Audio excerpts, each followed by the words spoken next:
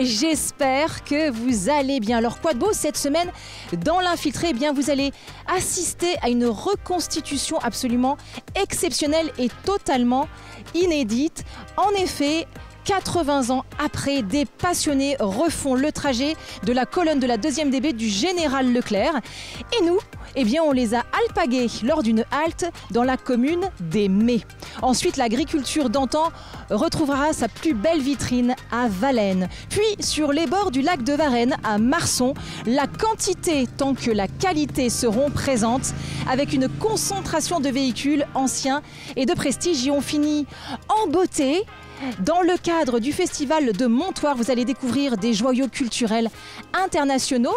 Mais le prélude, lui, il se passe chez nos voisins, à Artin, dans le 41. Mais tout de suite, en route, et c'est le cas de le dire, pour la commune d'Aimé. Allez, c'est parti. Nous voici arrivés à l'Aimé. Tout de suite, 45 véhicules militaires et des chars nous embarquent sur les traces de la colonne de la 2e DB du Général Leclerc, comme si vous y étiez. C'est parti, suivez-moi. Eh bien, nous venons d'arriver à l'Aimé. Je viens de retrouver Édouard Callereau, qui est le responsable de la colonne Leclerc 2024. Bonjour Édouard, ça va bien? Bonjour, oui, ça va très bien. On a un beau ciel bleu, les véhicules roulent et on approche d'Alençon, qui sera un point d'orgue de ce périple. Alors Édouard, la première question qui me vient, évidemment, c'est au-delà du message, du devoir de mémoire que nous avons, nous, en tant que Français, est-ce que le message que vous avez voulu faire passer en reconstituant cette colonne, c'est un peu de sensibiliser les jeunes générations au fait que la liberté, eh bien, ça a un prix? Oui, tout à fait. On célèbre cette année le 80e anniversaire du débarquement. On en a beaucoup parlé. Il y a eu de belles commémorations avec tous ces présidents qui se sont rendus sur les plages du débarquement au mois de juin. Pour ce qui est des vétérans français, on en a malheureusement de moins en moins. Des vétérans de la 2e division blindée française, il en reste moins d'une centaine encore en vie. Et malheureusement, ils ne sont pas dans des états de santé qui leur permettent de se déplacer. Pendant des années, nous avons eu le plaisir et la chance de pouvoir les côtoyer, de pouvoir échanger avec eux sur ce qui les avait motivés en 1944, sur les valeurs qui au quotidien pour eux étaient primordiales. Et le message que nous souhaitons porter aujourd'hui, c'est finalement celui que eux, pendant des années, se sont battus à défendre et à retranscrire et expliquer pour les nouvelles générations qui malheureusement n'ont plus la possibilité d'échanger avec eux en direct et qui heureusement n'ont pas connu la guerre. Et donc il faut vraiment que le message ne se perde pas, car l'histoire nous a prouvé que dès que nous relâchons l'attention, malheureusement, on risque de avoir des guerres et d'avoir des morts, etc. etc. Oui. Alors justement, vous parlez de ce petit reste d'hommes de cette époque. Et justement, à l'époque de la 2e DB, ça représentait combien d'hommes? Combien d'hommes ont fait campagne aux côtés du général Leclerc? La 2e DB qui débarque en Normandie, c'est 16 000 personnes qui arrivent, 4 000 véhicules. Alors des Français libres, forcément, qui dès le début se sont engagés auprès de De Gaulle dès l'appel du 18 juin et donc on cherchait à le rejoindre par tous les moyens, soit en prenant des chalutiers ou des barques en traversant la Manche, soit à travers l'Espagne à pied, et qui petit à petit sont venus renforcer, aider à restructurer les unités françaises. Arrivé fin de la campagne, il y a quand même eu plusieurs années de campagne en Afrique et Afrique du Nord. Les divisions sont structurées et rééquipées en matériel. C'est le cas d'une division française qu'on appellera d'abord la 2e division française libre, puis la 2e division blindée française, donc aux ordres d'un Français très connu, puisqu'il s'agit de Philippe Leclerc de Haute-Cloque, qui a dès le début lui aussi aidé le général de Gaulle à reprendre la main et à libérer petit à petit le pays. Alors vous disiez que ça représentait 4000 véhicules à l'époque. Aujourd'hui, il y a combien de véhicules et combien d'hommes? Alors aujourd'hui, on représente à peu près 1% de la division. La 2e DB en 1944, c'est un petit peu plus de 250 chars. Sur la colonne Leclerc 2024, on a 2 chars. Et en termes de blindés, vous avez 17 engins blindés qui sont présents pour un total de 45 véhicules. Ce qui est déjà énorme en fait, parce que j'imagine que ça a dû être quand même complexe pouvoir ramener tous ces véhicules en même temps, au même endroit. Oui, tout à fait. Il y a eu beaucoup de navettes à réaliser avec des porte-chars, un peu à l'instar de ce qu'ont fait les gars de la DB avec les bateaux pour emmener tout le matériel d'Angleterre. On a fait converger tous ces matériels vers les plages de débarquement à Utah Beach, Saint-Martin-de-Varville, plus particulièrement là où on a les images de Leclerc arrivant en touchant le sol de France. Et donc, recomprend tous ces matériels qui effectivement n'ont pas roulé ensemble avec autant de représentativité, et surtout en essayant de parler de la petite histoire de l'histoire. C'est-à-dire que pour chacun des véhicules, on a l'histoire avec le nom qu'il porte. C'est le nom qu'il portait en 1944 et on a fait beaucoup. Comme le vôtre par exemple? Oui, tout à fait, du Chassan. Donc cette automitrailleuse était l'automitrailleuse du 3e peloton, 3e escadron du 1er régiment de marche de Spahis marocain. Donc véhicule de reconnaissance. Ce peloton, donc il y a un des Spahis qui était religieux avant de rejoindre Leclerc et qui était sur une des automitrailleuses qui s'appelait Simone. Vous avez pu voir que dans le convoi, on a cette automitrailleuse. Donc, ce Spahis s'appelait Roger Marion. Il avait un appareil photo et il a fait énormément de photos pendant toute la campagne. Ce qui nous a permis d'avoir énormément de détails pour pouvoir situer la chose le plus précisément possible. Alors, les hommes, parmi tous les hommes qu'il y a aujourd'hui, vous allez me dire le nombre exact et surtout s'il y a des militaires, s'il y a des passionnés. Alors, on a 130 personnes, une douzaine de femmes. Les femmes, c'était important d'en avoir puisque en 1944, il y a un certain nombre de femmes qui accompagnent le général Leclerc dans leurs ambulances. Elles appartenaient au groupe Rochambeau. Rochambeau était un des aides de camp du général Lafayette pendant la guerre d'indépendance. Et donc les gars de la DB se sont attachés à ces ambulancières qui allaient les récupérer sous le feu ennemi pour les charger dans leurs ambulances et les emmener dans les hôpitaux pour pouvoir être soignés au péril de leur vie. Et donc les ont appelés affectueusement les Rochambelles.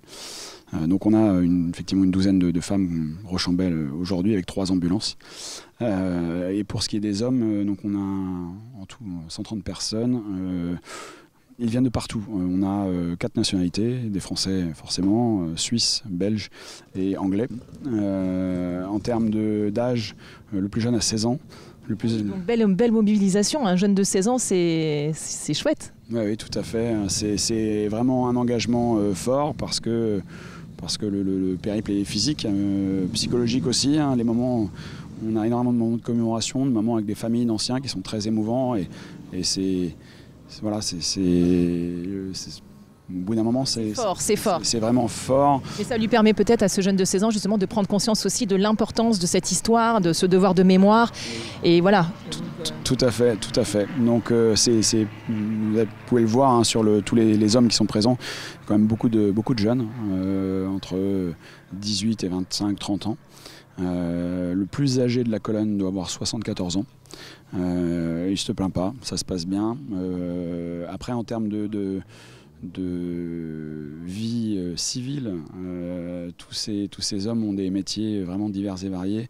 Alors on va retrouver forcément des gendarmes, pompiers, militaires qui ont forcément une sensibilité plus importante. Par rapport à leur fonction, évidemment. Voilà, par rapport à leur fonction, sur toutes ces valeurs qui sont vraiment importantes pour nous.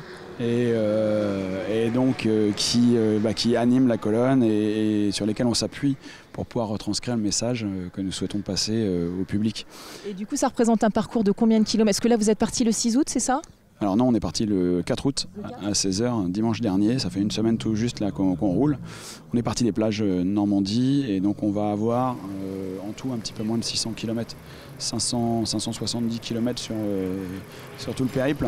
Et ça représente pas parce que en moyenne à l'époque c'était du 30 km/h à peu près, c'est ça?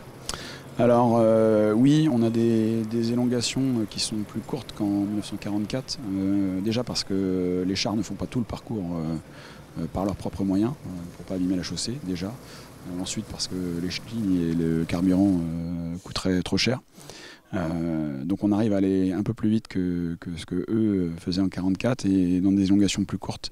Le 8 août, on a fait une très grosse journée, 210 km. On a traversé le sud de la Manche, l'Ille-et-Vilaine, la Mayenne et on est arrivé en Sarthe à côté de Sablé à Auvers-le-Hamon. Sur cette journée où En gros, on est parti nous à 6h du matin et on est arrivé à 19h le soir. Donc on va dire une quinzaine d'heures. Ah oui, donc là, la fatigue a dû se faire sentir. Oui, tout à fait. Mais en 44, ils en ont fait une dizaine d'heures en plus. Ils ne se sont pas arrêtés et quand ils arrivent au nord du Mans, ils sont épuisés, tous les rapports qu'on a. Ils n'ont pas mangé depuis 2 jours, ils ont les yeux qui sont collés par la poussière, soulevés par toute la colonne qui passe. Et pourtant, ils sont là. Et pourtant, ils sont là et ils sont pressés de rentrer dans la bataille et de pouvoir contribuer à leur façon à la libération du pays pour permettre aussi de redorer le blason, de laver l'affront de 1940 et de pouvoir dire la France aussi était présente lors de la libération. Sur cette première phase, on a quand même la libération d'Alençon par la 2e division de l'armée française.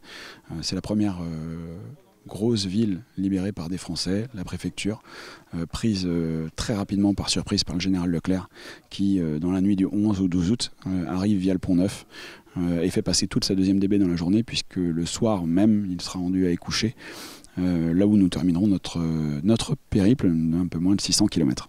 Écoutez, bravo en tout cas, c'est formidable d'avoir reconstitué cette 2e colonne. C'est merci. Voilà, j'ai envie de vous dire merci. Je pense que vous aussi à la maison, vous êtes ravis d'avoir appris ou retrouvé un bout d'histoire. Et bravo. Merci. Merci. Merci à vous. Bonjour, comment vous appelez-vous? Georges Provost.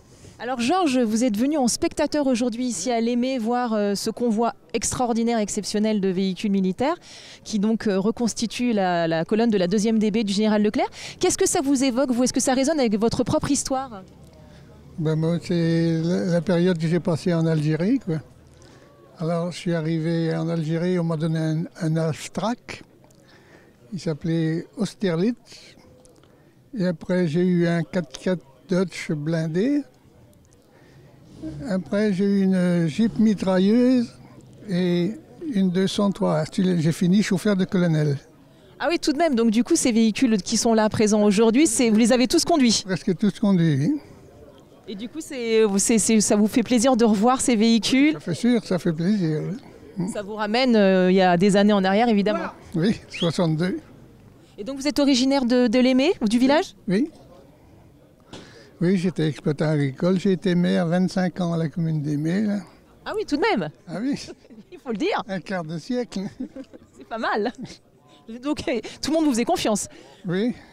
Bon, en tout cas, vous trouvez que cette reconstitution est vraiment exacte? Oui, c'est des véhicules qui correspondent à ce que j'ai vu, quoi, ce que j'ai conduit. Et ça vous replonge vraiment dans l'atmosphère de l'époque? Oui. Bon, en tout cas, merci beaucoup, Georges, pour votre témoignage. Merci 1000 fois. Eh bien, comme nous l'a indiqué Édouard Callereau, ça y est, donc la 2e DB repart après sa halte ici à Lémé, direction Ancines et jusqu'à leur point final, Alençon. Et quant à nous, eh bien, maintenant, on part direction Valène. Allez!